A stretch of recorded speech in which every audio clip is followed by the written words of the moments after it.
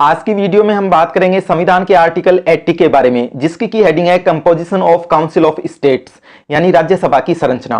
कहने का मतलब कि यहां पर इस बारे में बात होगी कि राज्यसभा के कुल मेंबर्स कितने होते हैं, किसके द्वारा चुने जाते हैं और किस तरह से चुने जाते हैं। इस आर्टिकल में सबसे पहले तो यह बताया गया है कि राज्यसभा के जो 12 सदस्य होंगे वो भारत के राष्ट्रपति द्वारा नॉमिनेट यानी नामित या नाम निर्देशित किए जाएंगे। और इसके अलावा अधिकतम 238 मेंबर्स जो हैं वो दो अलग अलग जगहों का प्रतिनिधित्व करेंगे। फर्स्टली स्टेट्स यानी भारत के तमाम राज्यों का, और सेकेंडली भारत की तमाम यूनियन टेरिटरीज यानी संघ राज्य क्षेत्रों का। इस तरह से आप देख सकते हैं कि इस आर्टिकल के प्रोविजंस के मुताबिक आज के दिन राज्यसभा के सदस्यों की जो अधिकतम संख्या हो सकती है वो हो सकती है 12 + 238 यानी कि 250। तो अब आगे बढ़ने के लिए राज्यसभा के इन तमाम सदस्यों को हम 3 अलग अलग कैटेगरीज में डिवाइड कर देंगे। फर्स्टली स्टेट्स यानी राज्यों से चुने जाने वाले सदस्य, सेकेंडली यूनियन टेरिटरीज यानी संघ राज्य क्षेत्रों से चुने जाने वाले सदस्य, और थर्डली नॉमिनेटेड यानी नामित या नाम निर्देशित सदस्य। आइए अब जानते हैं इन तीनों तरह के सदस्यों को एक एक करके।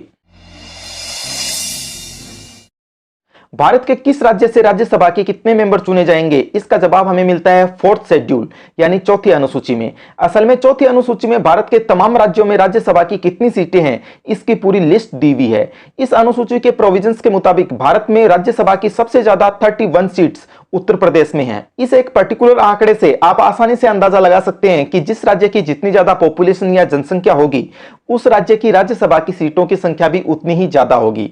मतलब कि राज्यसभा की सीटों का आवंटन जनसंख्या के आधार पर ही किया गया है। अब अगला सवाल यहां पर यह बनता है कि किसी राज्य से जो राज्यसभा के मेंबर चुने जाते हैं इनका चुनाव आखिर करता कौन है।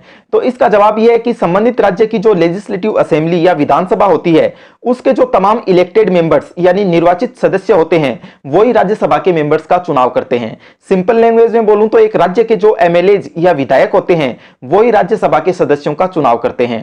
राज्यसभा के सदस्यों का चुनाव करते समय जिस सिस्टम या पद्धति का यूज किया जाता है उसे कहा जाता है system of proportional representation by means of single transferable vote, यानी कि अनुपातिक प्रतिनिधित्व पद्धति के अनुसार एकल संक्रमणीय मत द्वारा ही राज्यसभा के सदस्यों का चुनाव किया जाता है। कौन सी यूनियन टेरिटरी से कितने राज्यसभा के सदस्य चुने जाएंगे, इसका जवाब भी हमें मिलता है 4th शेड्यूल यानी चौथी अनुसूची में ही। इस अनुसूची के प्रोविजंस के मुताबिक जम्मू और कश्मीर राज्य को दो अलग अलग यूनियन टेरिटरीज में बांटे जाने से पहले दिल्ली और पुडुचेरी केवल ये दो ही ऐसी यूनियन टेरिटरीज थी जहां से कि राज्यसभा के लिए मेंबर्स चुने जाते थे। दूसरे शब्दों में कहूं तो आर्टिकल 370 को हटाने से पहले दिल्ली और पुडुचेरी को छोड़ करके बाकी जितनी भी यूनियन टेरिटरीज थी हमारे देश में वहां से कोई भी राज्यसभा का मेंबर नहीं चुना जाता था। इसकी वजह यह थी कि उन सारी की सारी यूनियन टेरिटरीज की पॉपुलेशन बहुत ही कम थी। अब अगला सवाल यह बनता है कि यूनियन टेरिटरीज द्वारा चुने जाने वाले राज्यसभा के सदस्य किस तरह से चुने जाएंगे।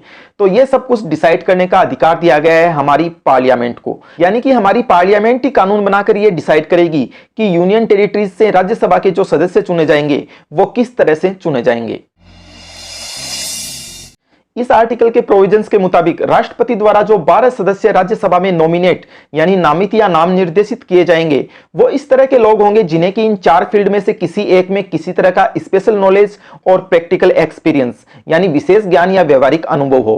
कौन कौन सी हैं ये 4 field? Firstly literature, secondly science, thirdly art और फोर्थली सोशल सर्विस। तो इस तरह से इन 4 फील्ड से रिलेटेड लोगों को ही राज्यसभा में राष्ट्रपति द्वारा नॉमिनेट किया जाता है।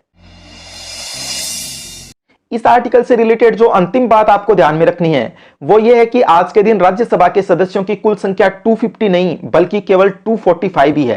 ये 5 सदस्य इसलिए कम है क्योंकि भारत के तमाम राज्यों और तमाम यूनियन टेरिटरीज से जो अधिकतम 238 सदस्यों को चुने जाने की छूट मिली हुई है इस आर्टिकल के तहत, उस 238 की बजाय आज के दिन केवल 233 सदस्य ही भारत के सारे राज्य और सारे यूनियन टेरिटरीज से मिलाकर चुने जाते हैं।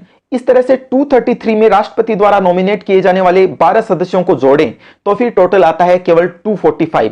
इस तरह से आज के दिन राज्यसभा सदस्यों की कुल संख्या 245 ही है। अगर आप भारत के हर राज्य और हर यूनियन टेरिटरी में राज्यसभा की सीटों की संख्या इस तरह से जानना चाहते हैं कि फिर कभी भूले ही नहीं, तो फिर आपको YouTube पर जाकर टाइप करना होगा राज्यसभा सीट्स ट्रिक बाय विकास दाखा। ऐसा करते ही रिलेटेड वीडियो आपको देखने को मिल जाएगी।